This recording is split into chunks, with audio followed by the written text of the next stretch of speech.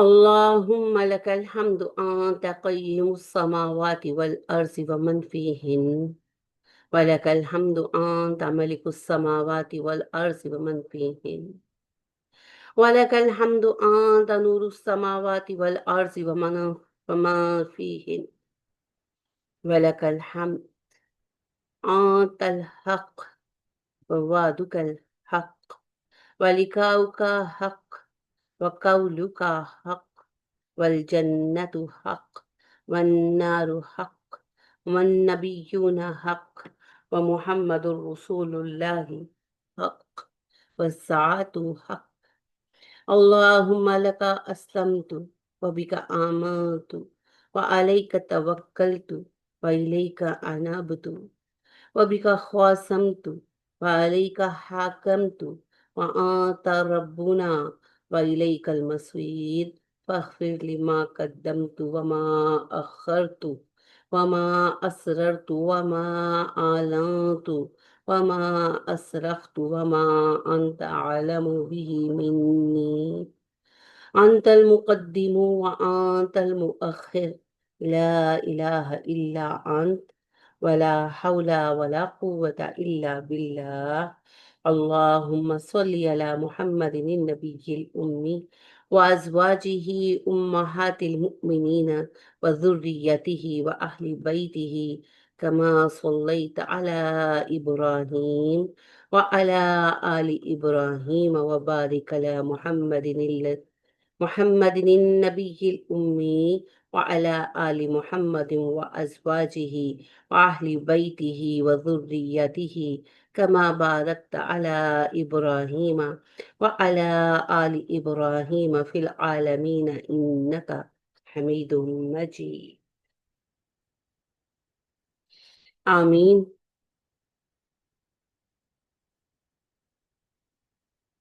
ثم آمين. أعوذ بالله من الشيطان الرجيم، بسم الله الرحمن الرحيم.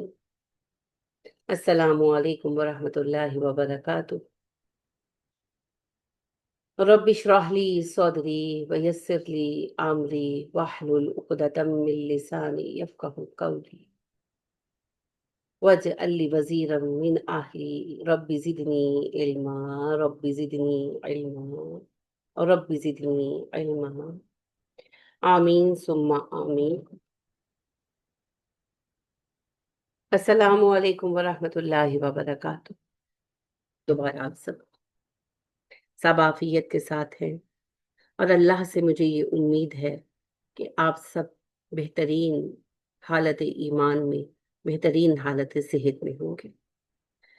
اللہ کریم ہم سب کی ہر معاملے میں مدد فرمائے، ہمارے لیے کشائش اور آسانی فرمائے، اور ہمیں توفیق دے کہ فتنوں کی اس عہد میں ہم اپنے آپ کو راہ راست پر رکھ سکیں اور اپنے آپ کو فساد قلب سے بچا سکیں.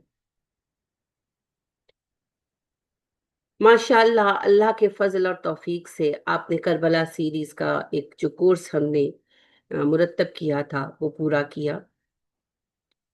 اس کے لیے آپ سب کو مبارکباد. اس کورس کا مقصد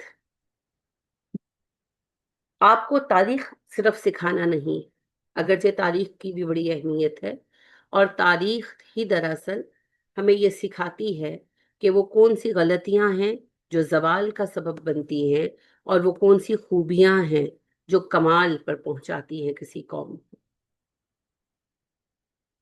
لیکن بنیادی طور پر ہمارا مقصد اس واقعے کی اصلیت کو سمجھنا تھا، کیونکہ بہت سہولت سے یہ بات رول اپ کر دی جاتی ہے ایک جملے میں کہ حضرت حسین رضی اللہ تعالیٰ عنہ نے اسلام کے لیے جان دے دی. بالکل کوئی بحث نہیں ہے، مگر مسئلہ کیا درپیش تھا؟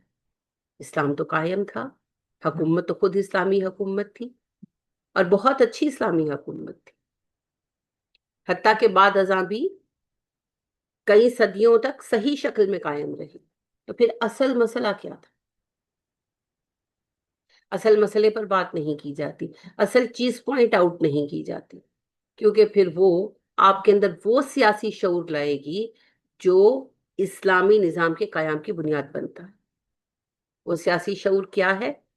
شخصی حکومت نہیں چلے گی، نسلی حکومت نہیں چلے گی۔ پہلی بات سمجھ لیجیے، حسین رضی اللہ تعالیٰ عنہ نے جو سٹینڈ لیا تھا وہ اس بنا پر نہیں لیا تھا کہ کہیں شراب پی جا رہی ہے یا کہیں جو ہے وہ گانے چل رہے ہیں، ایسا ہو بھی نہیں رہا تھا۔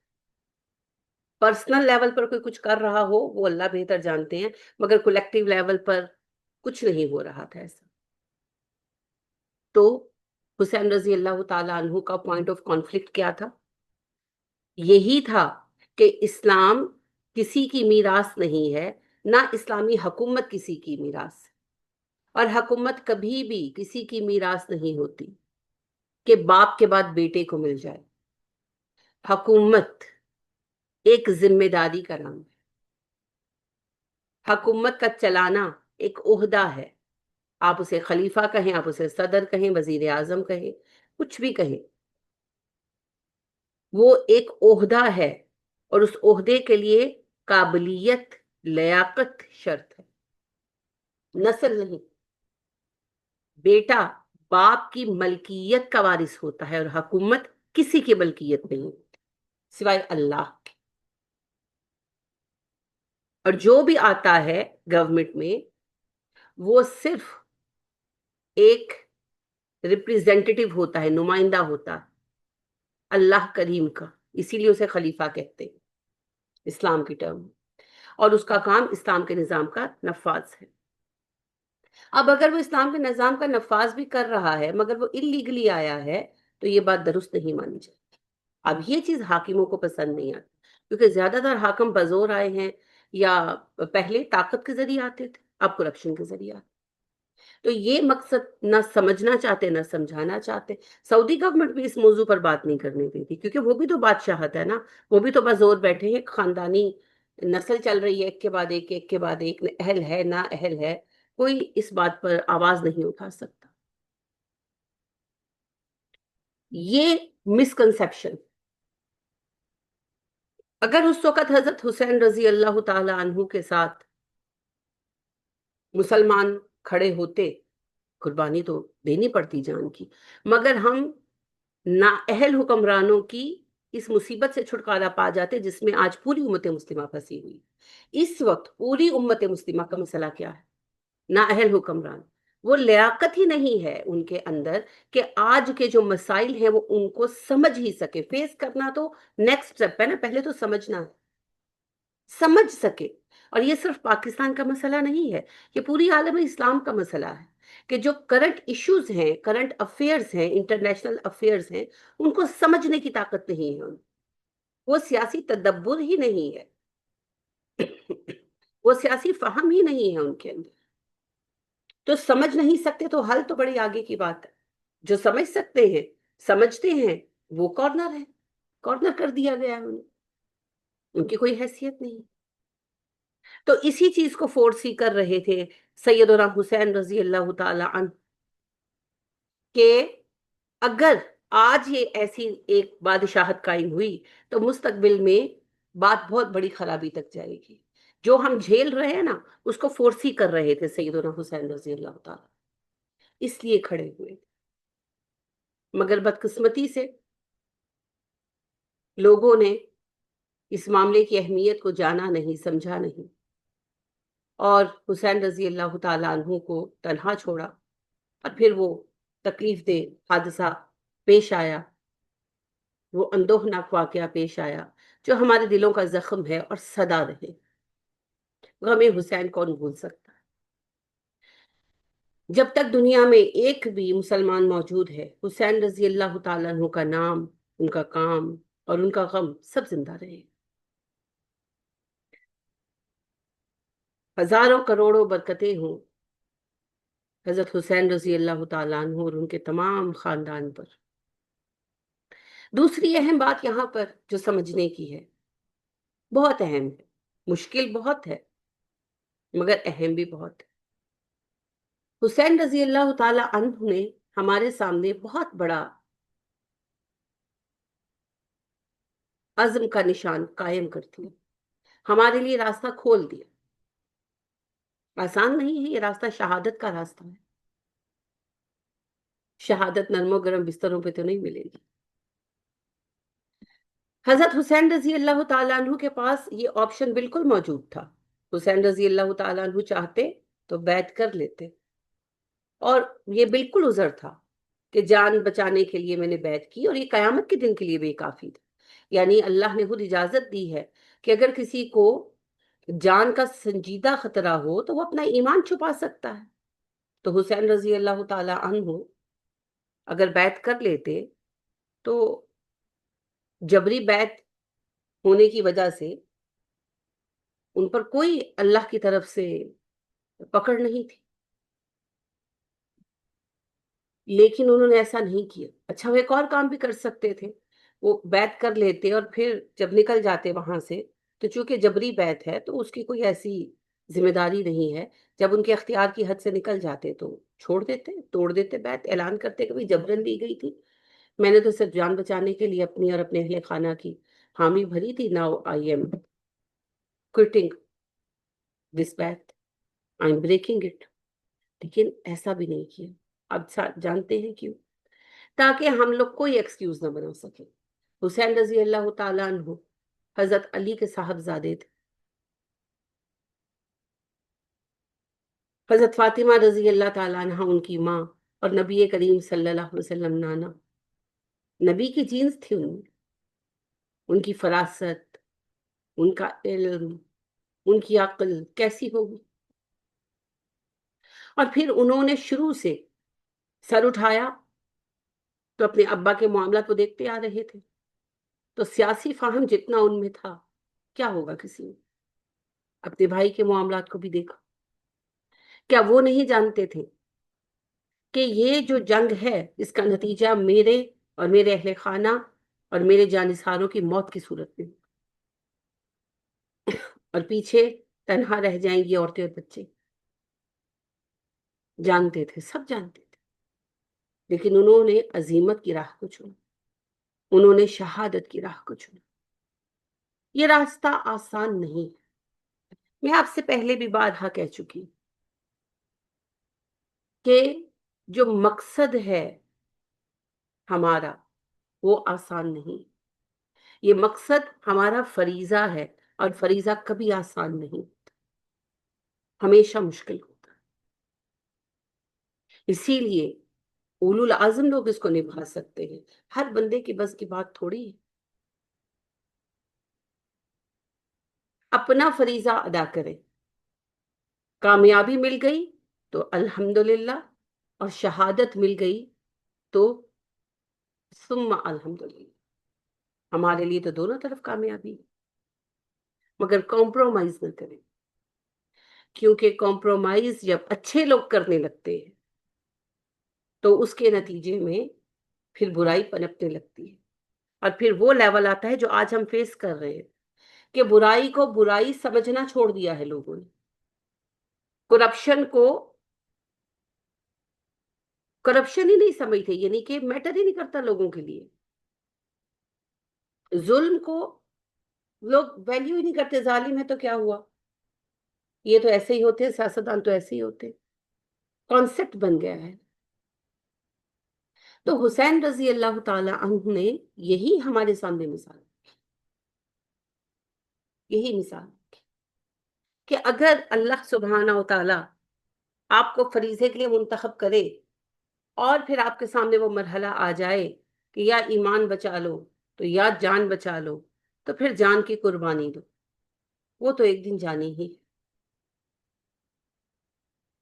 اب یہ موضوع جو ہے دراصل اس میں سیاست کا بڑا دخل ہے. تو لوگ گھبراتے، لوگ کہتے لو جی دین پڑھاتے ہیں کہ سیاسی باتیں کرتے ہیں. ایک بات میری یاد رکھیے اور اچھی طرح سمجھ لیجیے، دین اور سیاست کو جدا کر کے آپ کچھ حاصل نہیں کر سکتے. اسلام سیاست کو اپنا ایک جزو بناتا ہے. اسلام یہ نہیں ہے کہ آپ نماز پڑھیں، روزہ رکھیں اور نظام آپ کے ہاں طاغوت کا قائم ہو. یہ نہیں مانتا اسلام. اسلام آپ سے یہ تقاضا کرتا ہے کہ آپ کا پولیٹیکل سسٹم بھی اسلامی ہونا چاہیے. اسلام نے آپ کو پورا پولیٹیکل سسٹم دیا ہے، اس کے مطابق آپ اپنا سسٹم رن کریں گے. اسلام کو اپنے قانون کے طور پر نافذ کریں گے. آپ کا سیاسی نظام اسلام کے ماتحت ہوگا، آپ کا عدالتی نظام اسلام کے ماتحت ہوگا، آپ کا معاشی نظام، معاشرتی نظام، آپ کی عدالتیں، آپ کی آرم فورسز، آپ کی کابینہ، سب، آپ کا میڈیا، الیکٹرانک میڈیا ہو، پرنٹ میڈیا ہو، سب اسلام کے ماتحت ہوگا. یہ نہیں ہے کہ جی ہم اسلامی ملک ہیں اور باقی سب کچھ یہاں پر ننگا ناچتے رہو، کوئی فرق نہیں پڑتا. ایسا نہیں چلے گا. اور اسلام کا نظام کا نافذ کرنا ہی اصل مقصد ہے. اور نظام اسلام کا تب قائم ہوگا جب سیاسی اختیار آپ کے ہاتھ میں ہوگا. اور اس کی سب سے بڑی مثال خود ہمارے پیارے نبی حضرت محمد صلی اللہ علیہ وسلم فداہم و نفسی موجود ہے. مکہ میں 13 سال آپ صلی اللہ علیہ وسلم نے جس کشمکش میں گزارے، وہ کشمکش کیا تھی؟ قریش تو اعلان نبوت کے 5ویں سال ہی گھٹنوں پر آ گئے تھے، اور انہوں نے کہا، آپ صلی اللہ علیہ وسلم کے سامنے یہ آپشن رکھا کہ اوکے محمد صلی اللہ علیہ وسلم، come to a point of compromise, نہ تم ہمیں روکو نہ ہم تمہیں روکے، تم اپنے طریقے پر چلو ہم اپنے طریقے پر چلیں، ہمیں کوئی مسئلہ نہیں ہے، بس تم یہ جو ہمارے خداؤں کی برائیاں کرتے ہو اور ہمارے سسٹم کی برائیاں کرتے ہو یہ چھوڑ دو، ہم تمہیں کچھ نہیں کہیں گے، تمہیں کرنا ہے جو کرو. مگر صاف اس بات سے انکار کر دیا گیا، صاف انکار کر دیا تھا. کل یا ایھا الکافرون، اے کافرو، بات یہ ہے میرا اپنا نظام ہے، تمہارا اپنا، یا تمہارا نظام چلے گا یا میرا نظام چلے گا، سائیڈ وائز ہم ایک جگہ پر پیرالل ہم نہیں چلنے والے. تو قریش کو نبی کریم صلی اللہ علیہ وسلم کے نماز وغیرہ پڑھنے سے تو دقت تھی ہی نہیں. وہ تو آپ پہلے بھی پڑھ رہے تھے. آپ صلی اللہ علیہ وسلم نے جو 2.5 سال بعد آپ صلی اللہ علیہ وسلم نے جو ہے کلیکٹیولی دعوت دینی شروع کی ہے، تو اس سے پہلے آپ صلی اللہ علیہ وسلم پر جو چند لوگ ایمان لائے تھے وہ بھی عبادت کرتے تھے، آپ بھی کرتے تھے. آپ تو کعبے میں پڑھتے تھے، نماز اپنا عقیدہ بیان کرتے تھے، کسی کو کوئی مسئلہ نہیں تھا. مسئلہ کس بات سے تھا؟ جو آپ کہتے تھے سسٹم کو بدلو، یہ سسٹم ختم کرو، اپنا ظلم کا نظام ختم کرو. آج بھی پوری دنیا میں آپ جو چاہے کریں، آپ نماز پڑھیں گے، آپ امریکہ میں ہو، یورپ میں ہو، کہیں بھی ہو، آپ پاکستان میں ہو بھائی، آپ نماز پڑھنے کے لیے کہیں گے وہ آپ کو جگہ دے دیں گے. آپ جا کر درخواست دیں کہ جی ہمیں عید کی نماز پڑھنی ہے فلاں جگہ پر، وہ آپ کو جگہ دے دیں گے. رمضان میں ہم نے افطاری کا دسترخوان لگانا ہے، وہ آپ کو اس کی جگہ دے دیں گے، تھوڑے بہت پیسے بھی ڈال دے گی گورنمنٹ بیچ میں. ان کو کوئی مسئلہ نہیں ہے. مسئلہ اس وقت ہوگا جب آپ یہ آواز اٹھائیں گے کہ ہمیں اسلام کا نظام چاہیے، ہمیں اسلام کا قانون چاہیے. یہ آواز آپ امریکہ میں اٹھائیں، یورپ میں اٹھائیں، یا آپ پاکستان میں اٹھائیں، ایک جیسا رد عمل سامنے آئے گا. بھیا اسلام کا نظام نہیں چاہیے، اسلام کا نظام نہیں چاہیے. اسی چیز کے اگینسٹ اسٹرگل کرتے رہے نبی کریم صلی اللہ علیہ وسلم، پھر ہجرت کر کے مدینہ آئے اور مدینہ میں اسلامی ریاست قائم کی. کیا مطلب ہے؟ ریاست کیا ہوتی ہے؟ سیاست. ریاست سیاست سے چلتی ہے. سیاست کس کو کہتے ہیں؟ سیاست کہتے ہیں ریاستی نظام چلانے کے علم کو. جیسے گھر چلانے کے علم کو خانہ داری کہتے ہیں، گاڑی چلانے کے علم کو ڈرائیونگ کہتے ہیں. بالکل اسی طریقے سے ملک چلانا، ریاست چلانا، اس کا علم سیاست کہلاتا. اور نبی کریم صلی اللہ علیہ وسلم ہمارا پہلا سیاسی فگر بھی تھے، اور آپ صلی اللہ علیہ وسلم نے ہمیں سیاسی اصول بھی دی، قرآن نے بھی دیے. یہ ظاہر ہے قرآن ہمارا اصل جو ہے وہ اساس ہے قانون کی، اور اس کی تفصیل نبی صلی اللہ علیہ وسلم نے ہمیں بیان کی. پورا سیاسی نظام ہے ہمارے سامنے. اور پھر ابو بکر و عمر رضی اللہ تعالی عنہما موجود ہیں، خلفائے راشدین چاروں ہی ہیں، تو ان کی جو اسوہ ہے، جو ان کا نمونہ ہے، وہ موجود ہے. تو یہ جو ایک سوچ ہے کہ مذہبی لوگ سیاست پر بات نہ کریں، یہ بالکل بیکار کی سوچ ہے، بالکل بیکار کی سوچ ہے. جب تک آپ کی سیاست اسلام کے ماتحت نہیں آئے گی، آپ کی ریاست ماتحت نہیں آئے گی، اور جب تک ریاست ماتحت نہیں آئے گی، آپ اسلام کا نظام کہاں نافذ کریں گے؟ اور جب تک اسلام کا نفاذ نہیں ہوگا، اسلامی نظام نافذ نہیں ہوگا، آپ اپنے بچے کو مسلمان کیسے بنائیں گے بھائی؟ ٹوکرے میں بند کر کے تو رکھنا نہیں، اس نے انہی تعلیمی اداروں میں جانا ہے، یہیں پر نوکری کرنی ہے۔ تو حسین رضی اللہ تعالیٰ عنہ کی زندگی سے آپ نے کیا سیکھا؟ یہ غور کیجیے، یہ غور کیجیے، سمجھنے کی باتیں یہی ہیں۔ حسین رضی اللہ تعالیٰ عنہ نے سٹینڈ کیوں لیا؟ اس بات کی اہمیت کیا تھی؟ اور حسین رضی اللہ تعالیٰ عنہ کا عزم و استقلال کیسا تھا؟ میں آپ سے یہ تو نہیں کہتی کہ آپ ویسے بن جائیں، اللہ نہ کرے کہ آپ ایسے آزمائے جائیں، لیکن کہیں تو سٹینڈ کریں نا، ہم لوگ کہیں تو سٹینڈ کریں۔ ایک شاعر کے اشعار ہے، منہ سے جو کہتے ہو کہ لبیک حسینا، منہ سے جو کہتے ہو کہ لبیک حسینا، پھر دل سے یزیدوں کا یہ ڈر کیوں نہیں جاتا؟ کہتے ہو کہ ہو اسوہ شبیر پہ قائم، کہتے ہو کہ ہو اسوہ شبیر پہ قائم، دربار میں کیوں جاتے ہو، سر کیوں نہیں جاتا؟ میں جانتی ہوں یہ رستہ بہت مشکل ہے، لیکن حق کا راستہ ہمیشہ مشکل ہوتا، یہ کبھی آسان نہیں رہا۔ کسی نبی کے حالات دیکھ لیجئے، کسی نیک بندے کے حالات دیکھ لیجئے، اللہ یہ کہ اللہ کچھ آسان کرے۔ تو اللہ آپ کو اپنی عافیت میں رکھے، لیکن حالات تب بدلیں گے جب ہم انہیں بدلیں گے، اور یہ ذمہ داری ہم سب کی ہے۔ کم از کم سوچ تو بدلے۔ آج ہم سوچ بدلیں گے تو کل جو نئی نسل کھڑی ہوگی وہ ایک مختلف نسل ہوگی، تو امید ہے کہ وہ نظام بدل لیں گے۔ سوچ پیدا تو کریں۔ جلا سکو تو جلاؤ تم آرزو کے دیے، سحر کی راہ نہ دیکھو، سحر ملے نہ ملے۔ اللہ آپ کے اس کام کو قبول کرے۔ اور میں نے یہ بہت کوشش کی کورس کے درمیان بھی، آج بھی آپ کو میسج یہی دے رہی ہوں، یہی پیغام دے رہی ہوں کہ جو کربلا کی روح ہے اس کو پائیے۔ یہ جو واقعی آپ سنتے ہیں نا کربلا کے، چاہے آپ شیعہ ہو چاہے آپ سنی ہو، یہ جو مجلسوں میں آپ قصے سنتے ہیں، یہ سب تو بعد میں گھڑے گئے ہیں، وہ بھی جھوٹے، ان کی کوئی اصل نہیں۔ تو خالی رونے کے لیے ان قصوں کو سننا ہے تو وہ آپ کی مرضی ہے۔ اگر حضرت حسین رضی اللہ تعالیٰ عنہ سے وفا کرنی ہے تو کربلا کی روح کو سمجھیے۔ میں یہ نہیں آپ کو کہتی کہ آپ نکل جائیں جہاد کرنے، لیکن کم از کم جہاں ہیں وہاں تو حق پر قائم رہیں۔ جس ادارے میں کام کر رہے ہیں، جس اسکول میں پڑھا رہے ہیں، جس آفس میں جاب کر رہے ہیں، جس فیملی میں بیٹھے ہیں، وہاں تو حق کو حق کہیں، جتنا کر سکتے ہیں اتنا تو کریں۔ اپنا فریضہ تو ایمانداری سے ادا کریں۔ ہم اتنا بھی کر لینا تو یقین جانیے بہت ہے، اور اس چھوٹے سے چینج سے بہت بڑا چینج آئے گا زندگی میں۔ اللہ ہمیں اس کے لائق کر دے۔ بہت دعا ہے آپ کے لیے، بہت زیادہ خوشی ہے مجھے، اور آپ سب کے چہرے اللہ روشن رکھے قیامت کے اس دن میں جب بہت سارے چہرے تاریک۔ اللہ اس دن ہمیں رسول اکرم صلی اللہ علیہ وسلم اور ان کے اہل بیت کے ساتھ جمع کرے، جس دن ہر بندہ اس گروہ کے ساتھ اٹھایا جانے والا ہے جس سے وہ محبت کرتا ہے۔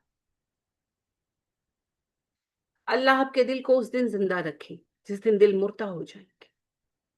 اللہ کریم ہمیں اس دن معزز کرے جس دن بڑے بڑے سردار رسوا ہو جائیں گے۔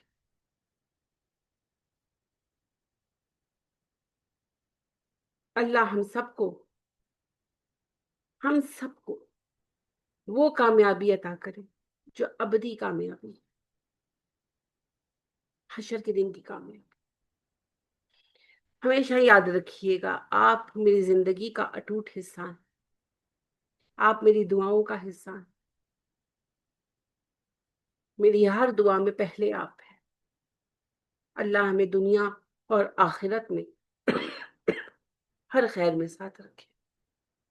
خوش رہیے، آباد رہیے، اور اپنے زندہ ہونے کا ثبوت دیتے رہا کیجیے۔ اللہ آپ کے علم میں، آپ کے عمل میں، آپ کے رزق میں، آپ کی عمر میں برکت دے۔ اللہ سبحانہ و تعالیٰ آپ کی زندگیوں کو برکتوں سے بھر دے، اور آپ کی طرف سے ہر اچھی خبر مجھے حاصل۔ آمین ثم آمین۔ وآخر دعوانا أن الحمد لله رب العالمين، والصلاة والسلام على سيد المرسلين وعلى آله وأصحابه وأزواجه وأمته أجمعين، آمين، صدق الله العظيم۔ السلام علیکم ورحمۃ اللہ وبرکاتہ۔